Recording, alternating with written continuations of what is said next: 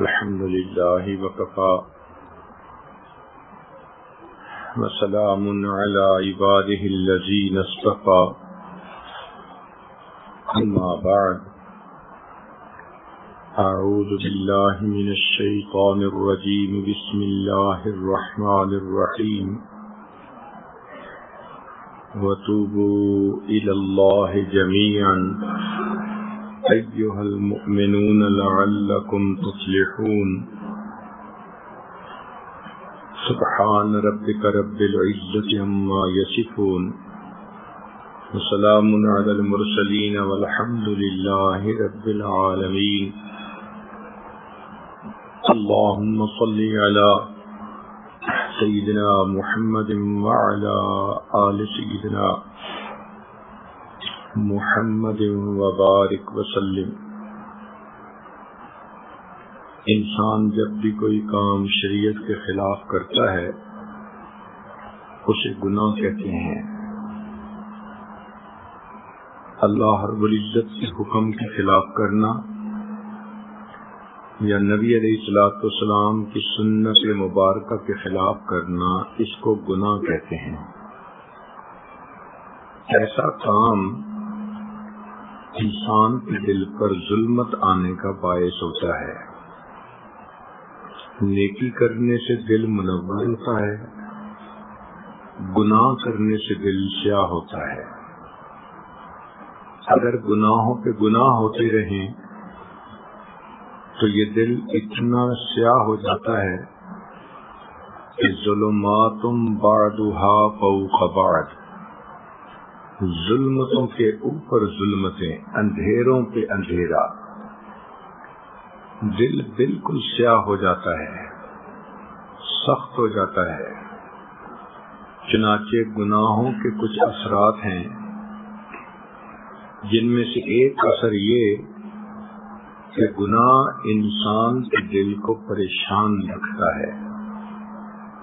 کوئی آدمی کتنے ہی کامیاب طریقے سے گناہ کیوں نہ کرے، اس کا دل پریشان ہوتا ہے۔ اسے روکنے والا کوئی نہ ہو، اسے سمجھانے والا کوئی نہ ہو، اس کے لیے گناہ کرنے کا موقع میسر ہو، پھر بھی یہ گناہ اس کے دل کو پریشان رکھے گا۔ یہ ایک روگ ہے جو انسان اپنے دل میں پال لیتا ہے، جس کی وجہ سے دل کا سکون اور چین لٹ جاتا ہے۔ وہ نوجوان بچے جو غیر کے ساتھ انوالو ہو جاتے ہیں، آپ ان کی زندگیوں کو دیکھیں، نہ ان کو سکون ہے، نہ رات کی نیند ہے، نہ ان کو کسی سے بات کرنے کا وقت ہے، ہر وقت اپنے خیالوں میں ڈوبے ہوئے اور الجھے ہوئے اور پریشان ایسے لگتا ہے کہ سکون تو ان سے روٹ ہی گیا ہے۔ یہ اصل میں اس گناہ کی وجہ سے ہوتا ہے، اور یہ بھی ہر وقت کا ڈر، کسی کو پتہ نہ چل جائے، کہیں بے عزتی نہ ہو جائے، ذلت نہ ہو، ماں باپ کی بدنامی نہ ہو۔ تو ایک گناہ کی وجہ سے پریشانیوں کے دروازے کھل جاتے ہیں۔ کتنے لوگ ہیں جن کو اللہ نے مال و منال دیا، دنیا کی ہر نعمت دی، وہ ایئر کنڈیشن کمروں کے اندر کمبل میں لیٹے ہوتے ہیں، نرم گدے ہوتے ہیں، مگر ان کو نیند نہیں آتی، کروٹیں بدلتے رہتے ہیں، بلکہ نیند کی گولیاں کھاتے ہیں پھر بھی نیند نہیں آتی۔ پھر کہتے بھی ہیں کہ جی جو چاہتے ہیں کھاتے ہیں، پیتے ہیں، جہاں چاہتے ہیں سوتے ہیں، دل پریشان ہے۔ اس کی وجہ یہ کہ دل کے سکون کا تعلق نیکی کے ساتھ ہے، اتنی تسکین ہے وابستہ تیرے نام کے ساتھ، نیند کانٹوں پہ بھی آ جاتی ہے آرام کے ساتھ۔ جب اللہ رب العزت کی طرف دھیان نہ رہا، گناہوں میں الجھ گئے، تو اللہ ایسے لوگوں کو سکون سے محروم کر دیتے ہیں۔ گناہ کرتے ہیں مزے لینے کے لیے اور الٹا گناہ کر کے پریشان ہو جاتے ہیں۔ تو گناہوں کی ایک تاثیر تو یہ کہ انسان کا دل پریشان رہتا ہے، اور دوسری بات یہ کہ گناہ کی وجہ سے انسان سے نیکی کی توفیق چھین لی جاتی ہے۔ نماز پڑھنے کو دل نہیں چاہتا، دعا مانگنے کو دل نہیں چاہتا، فجر میں اٹھا نہیں جاتا، پردہ کرنا بوجھ نظر آتا ہے، جھوٹ پہ جھوٹ بولنے پڑتے ہیں۔ چنانچہ دین پابندیاں ہی پابندیاں نظر آتی ہیں۔ انسان پریشان ہوتا ہے کہ کیوں میری طبیعت شریعت کی طرف مائل نہیں ہوتی۔ اس کی بنیادی وجہ کہ گناہوں کی ظلمت انسان کو نیکی کی توفیق سے محروم کر دیتی ہے۔ تلاوت کرنے بیٹھے ہیں تو آدھا صفحہ پڑھ کے تھک جاتے ہیں، ویسے ٹی وی دیکھنے بیٹھے ہیں تو گھنٹوں بیٹھے رہو، ڈرامے دیکھو، فلمیں دیکھو، گانے سنو، گھنٹوں طبیعت ٹھیک رہتی ہے، لیکن مصلی پہ آ کے کھڑا ہونا مصیبت نظر آتی ہے۔ یہ گناہ کی ظلمت ہے کہ انسان سے نیکی کی توفیق چھین لی جاتی ہے۔ تو ایک تو گناہ سے دل سیاہ ہوتا ہے، دوسرا دل کا سکون لٹ جاتا ہے، اور تیسرا نیکی کی توفیق چھین لی جاتی ہے۔ اس لیے ہمیں چاہیے کہ ہم گناہوں کو چھوڑ کر نیکوکاری کی زندگی گزارنے کی عہد کریں۔ ابن تیمیہ رحمۃ اللہ علیہ نے اپنی کتاب الایمان الاوسط میں 10 وجوہات لکھی ہیں جن سے انسان کے گناہ معاف ہوتے ہیں۔ امید ہے کہ مستورات ان 10 وجوہات کو توجہ کے ساتھ سنیں گی اور کوشش کریں گی کہ جتنے گناہ بخشوا سکیں اتنا بہتر ہے۔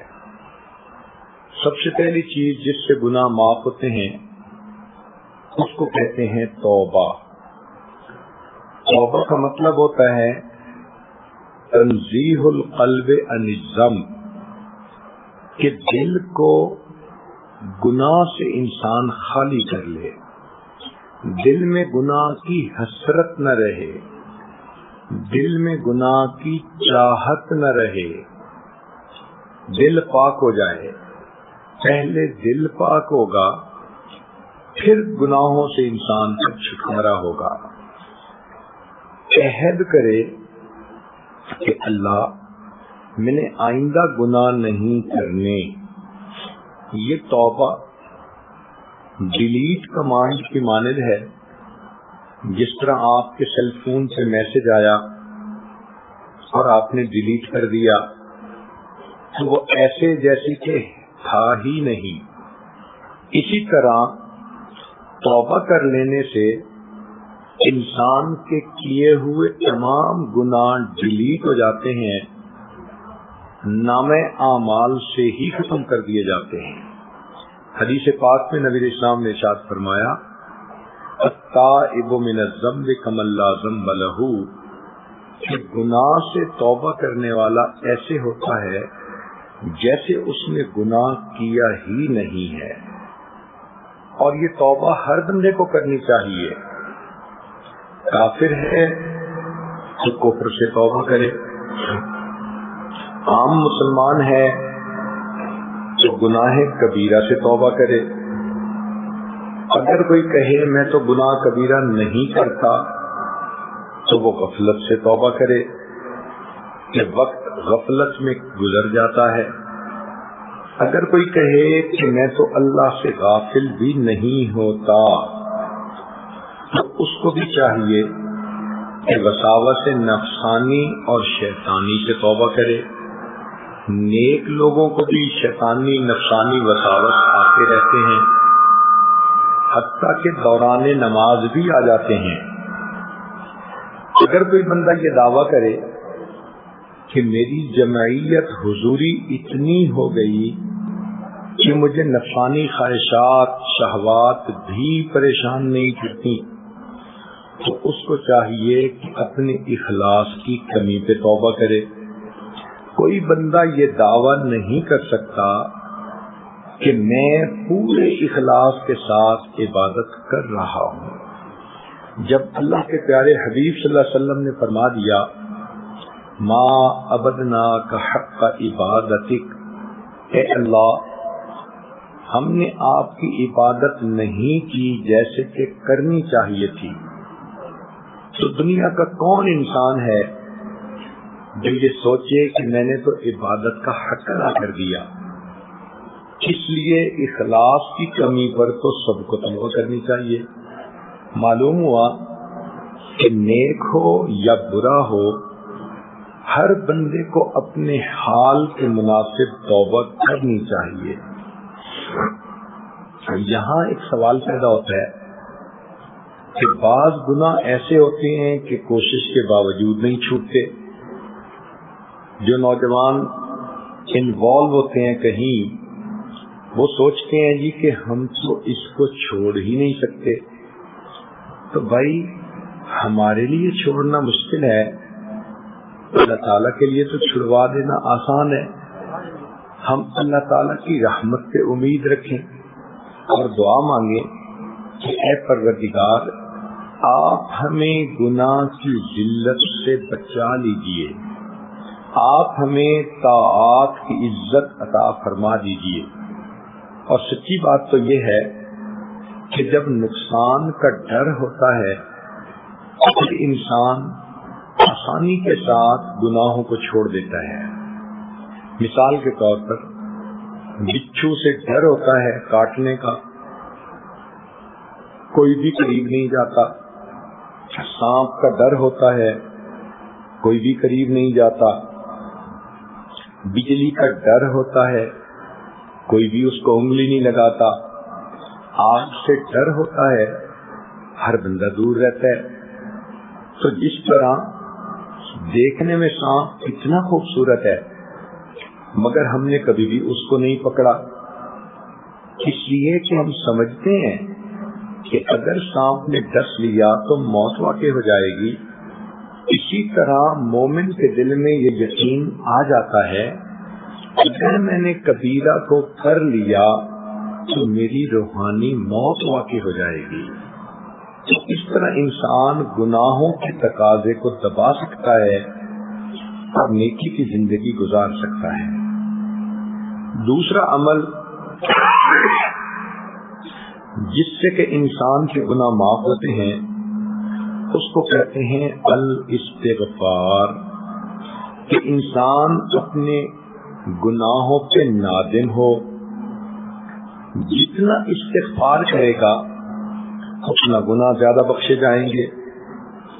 یہ استغفار اللہ رب العزت کو بڑا محبوب اور اس کی وجہ سے انسان کو بڑی نعمتیں ملتی ہیں۔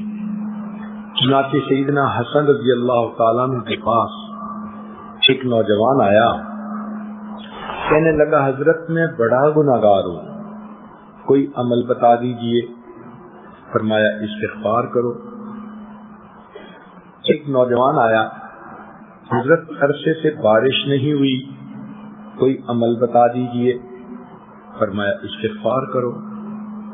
ایک تیسرا نوجوان آیا، حضرت میں بڑا غریب ہوں، رزق کی تنگی ہے، کوئی عمل بتا دیجئے۔ فرمایا استغفار کرو۔ ایک نوجوان آیا، میں بے اولاد ہوں، دعا کیجئے کہ مجھے اولاد نرینہ مل جائے۔ فرمایا استغفار کرو۔ ایک نوجوان آیا، کہ جی میرا باغ ہے، دعا کیجئے کہ پھل اچھا ملے۔ فرمایا استغفار کرو۔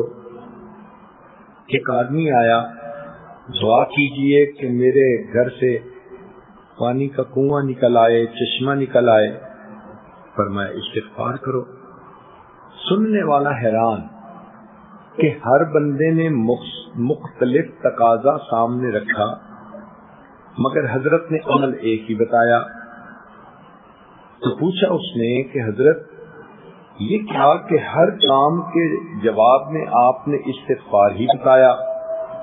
تو حسن رضی اللہ عنہ نے فرمایا کہ دیکھو یہ میں نے خود نہیں کہا، بلکہ اللہ رب العزت نے قرآن مجید میں ارشاد فرمایا فَقُلْتُ اسْتَغْفِرُوا رَبَّكُمْ إِنَّهُ كَانَ غَفَّارًا يُرْسِلِ السَّمَاءَ عَلَيْكُمْ مِدْرَارًا۔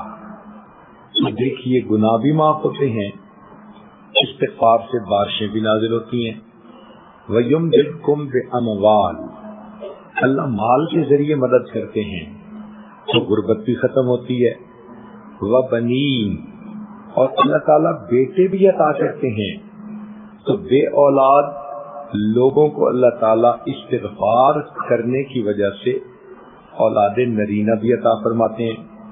وَيَجْعَلْ لَكُمْ جَنَّاتٍ، اور اللہ تعالیٰ پھل بھی عطا فرما دیتے ہیں، کاروبار میں برکت اور پروفٹ دے دیتے ہیں۔ وَيَجْعَلْ لَكُمْ أَنْهَارًا، اور اللہ تعالیٰ چشمے اور نہریں بھی جاری فرما دیتے ہیں۔ تو دیکھیے استغفار ایک عمل ہے، اس کی وجہ سے کتنی نعمتیں مل جاتی ہیں۔ تو اگر عورتیں استغفار کی کثرت کر لیں تو ان کو تعویذوں کی ضرورت ہی نہیں پڑے گی، عملیات والے کے پاس جانے کی ضرورت ہی نہیں پڑے گی، یہ کہنے کی ضرورت ہی نہیں پڑے گی کسی نے کاروبار باندھ دیا، کسی نے بیٹی کا رشتہ باندھ دیا، بلکہ استغفار کے صدقے اللہ یہ سب نعمتیں عطا فرما دیں گے۔ استغفار ہر بندے کے لیے کرنا ضروری، نیکی کرے تو بھی استغفار کرے۔ ذرا غور کیجئے کہ نبی علیہ الصلوۃ والسلام جب وضو فرماتے تھے تو وضو کے بعد استغفار فرماتے تھے، حالانکہ وضو عبادت ہے اور حکم شریعت ہے کہ جو عضو وضو کا دھوتے ہیں اس کے گناہ جھڑ جاتے ہیں۔ گناہ جھڑنے والا عمل ہے، مگر اس کے بعد پھر استغفار کی وضو کے بعد نبی علیہ السلام پڑھتے تھے اشہد ان لا الہ الا انت استغفرک و اتوب الیک۔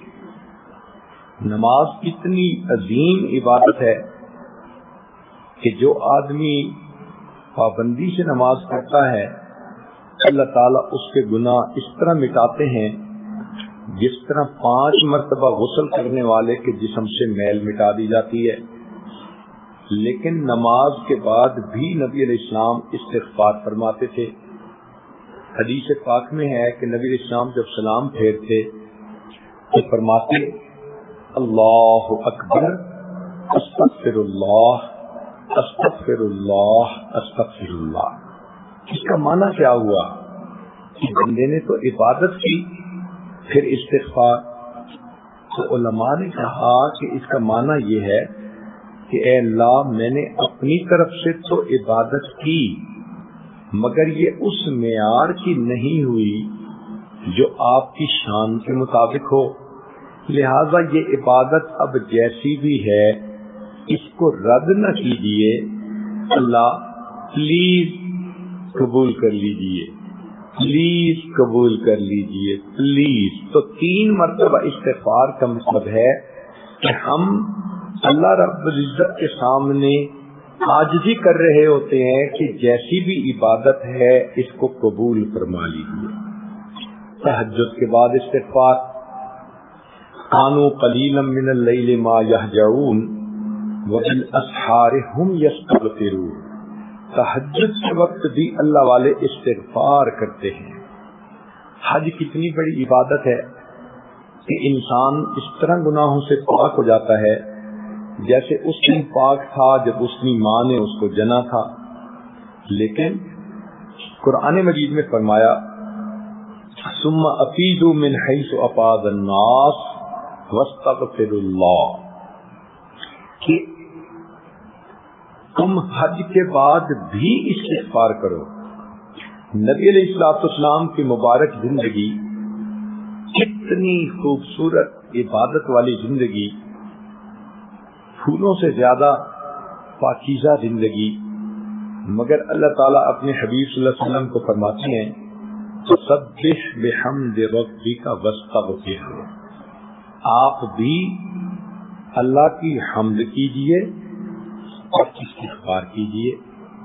وہ پاکیزہ زندگی جس کے اوپر پاکیزگی کو ناز ہے، اللہ تعالیٰ ان کو بھی فرماتے ہیں کہ استغفار کیجئے۔ تو ہمیں چاہیے کہ ہم میں سے ہر بندے کو کثرت سے استغفار کرنا چاہیے۔ استغفر اللہ اتنا بھی پڑھ سکتی ہیں، اور اگر پورا پڑھیں استغفر اللہ ربی من کل ذنب واتوب الیہ تو بھی ٹھیک ہے۔ تو پہلا عمل توبہ کرنا اور دوسرا عمل استغفار کرنا۔ تیسرا عمل الحسنات الماحیہ، کہ انسان جو نیک اعمال کرتا ہے ان کی وجہ سے اس کے گناہ معاف ہو جاتے ہیں، نماز سے گناہ دھل جاتے ہیں، صدقہ خیرات کرنے سے گناہ دھل جاتے ہیں، جو بھی انسان نیکیاں کرتا ہے گناہ دھل جاتے ہیں۔ حدیث پاک میں فرمایا الاسلام یحرم من کان قبلہ، اسلام جو بندہ لے آتا ہے کہ کلمہ پڑھنے سے پچھلی زندگی کے سارے گناہ معاف۔ ایک جگہ فرمایا کہ حج کرنے سے زندگی کے سارے گناہ معاف۔ ایک حدیث پاک میں آیا ہجرت اللہ کے لیے کرے تو پچھلی زندگی کے سارے گناہ معاف۔ بنی اسرائیل کی ایک فاحشہ عورت تھی، اس نے پیاسے کتے کو دیکھا، اس کو پانی پلایا، پیاسے کتے کو پانی پلانے پر فاحشہ عورت کے گناہوں کو معاف کر دیا گیا۔ یہاں پر شیطان ایک دھوکہ دیتا ہے، دل میں یہ ڈالتا ہے تم تو بے پردہ پھرتی ہو، تمہاری نمازوں کا کیا فائدہ۔ یہ بہت بڑا دھوکہ ہے۔ بے پردہ پھرنا گناہ اپنی جگہ، نماز پڑھنے کی نیکی اپنی جگہ، کیا پتہ نماز کی پابندی سے اللہ پردے کی بھی توفیق عطا فرما دے۔ مگر شیطان کہتا ہے تم مدرسے میں پڑھتی ہو اور تمہارے ذہنی خیالات اچھے نہیں، پڑھنے کا کیا فائدہ۔ تو اگر ہم گناہوں کو نہیں چھوڑ پا رہے تو نیکی کرنا بھی تو نہ چھوڑے نا۔ نیک اعمال نہیں چھوڑنے چاہیے۔ کپڑا زیادہ میلا ہو تو صابن زیادہ لگانے کی ضرورت ہوتی ہے۔ یہ تو نہیں نا کہ جی صابن تھوڑا ہے دھونے کا کیا فائدہ۔ بھئی جتنا صابن ہے اتنی میل تو ختم ہوگی، پھر اور صابن کا بندوبست ہو جائے گا۔ تو انسان نیکی نہ چھوڑے، گناہ چھوڑے۔ شیطان کے ان خیالات کی وجہ سے، لوگوں کے تانے کی وجہ سے نیکی کو چھوڑ دینا یہ شیطان کا کام ہے۔ تو ہرگز نیکی نہیں چھوڑنی چاہیے، نیکی کے اوپر جمع رہنا چاہیے۔ بلکہ اگر گناہ زیادہ ہو رہے ہیں تو ان کو بخشوانے کے لیے نیکی بھی زیادہ کرنی چاہیے۔ زیادہ تلاوت کریں، زیادہ نفل پڑھیں، تہجد باقاعدگی سے پڑھیں، دعائیں لمبی مانگیں، تاکہ ان گناہوں کی ظلمت ختم ہو جائے۔ لوگوں کے ساتھ حسن سلوک کے ساتھ رہنا، یہ چیزیں گناہوں کو مٹا دیتی ہیں۔ چنانچہ حدیث پاک میں ہے دو مسلمان جب آپس میں ملتے ہیں، ایک دوسرے کو شیک ہینڈ کرتے ہیں، تو ان کے ہاتھ الگ کرنے سے پہلے ان کے گناہ اس طرح جھڑتے ہیں جیسے پتجھڑ کے موسم میں درختوں کے پتے جھڑ جاتے ہیں۔ تو عورتیں عورتوں سے سلام کریں، مرد مردوں سے سلام کریں تو یہ فضیلت مل سکتی ہے۔